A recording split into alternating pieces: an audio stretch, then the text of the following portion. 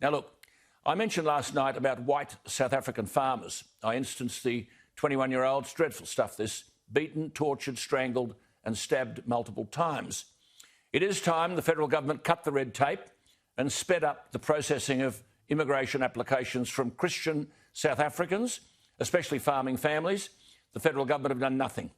Rural whites and their properties are being attacked by what can only be called savages. People nailed to tables and tortured, mothers being raped and murdered in front of their children. Farm attacks by cowardly terrorists are at about 20 a week. Don't wait to hear about this on the ABC. But why is the Australian government silent? These are hard-working, educated South Africans, barely a word of publicity. Shakespeare said, "Conscience doth make cowards of us all."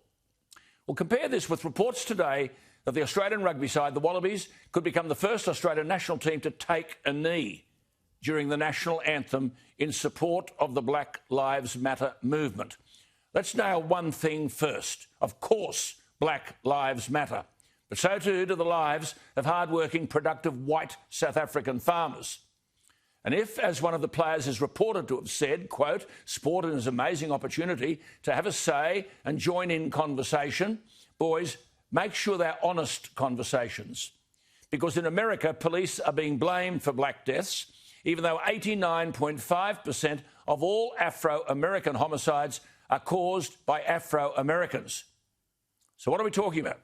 Jacinta Price, an outstanding Indigenous figure, has said, and I quote Jacinta, "There's no interest in learning the truth. Aboriginal people," she said, "are dying at a far greater rate at the hands of other Aboriginal people. That's something this movement is not interested in."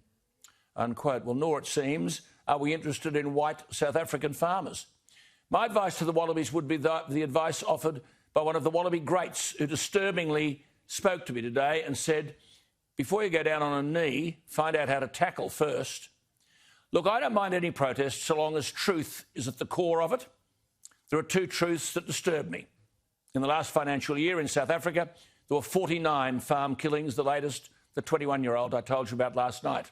And Afro-Americans are dying in America, tragically, at the hands of other Afro-Americans. If you want to have a conversation, whether you're a Wallaby or anybody else, start by finding the truth. May I remind the Wallabies of what my mother urged me to bear in mind. It's better to walk alone than walk with a crowd going in the wrong direction. My Wallaby friends, be leaders, not followers.